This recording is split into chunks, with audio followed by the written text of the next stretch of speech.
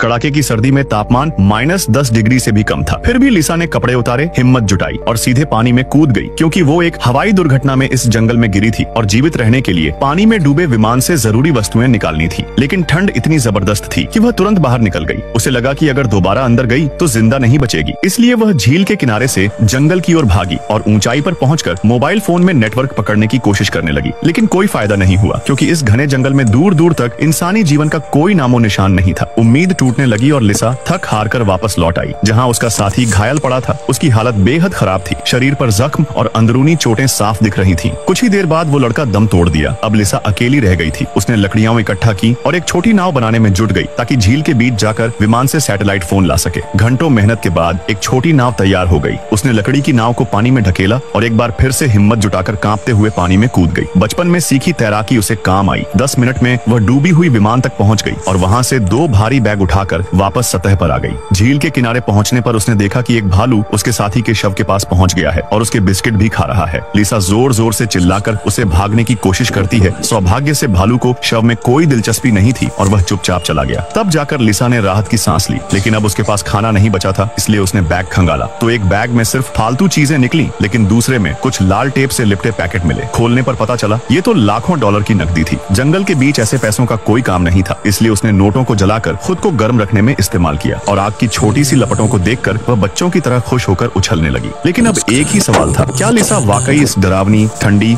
और जानलेवा जंगल से जिंदा बाहर निकल पाएगी? कमेंट में बताएं।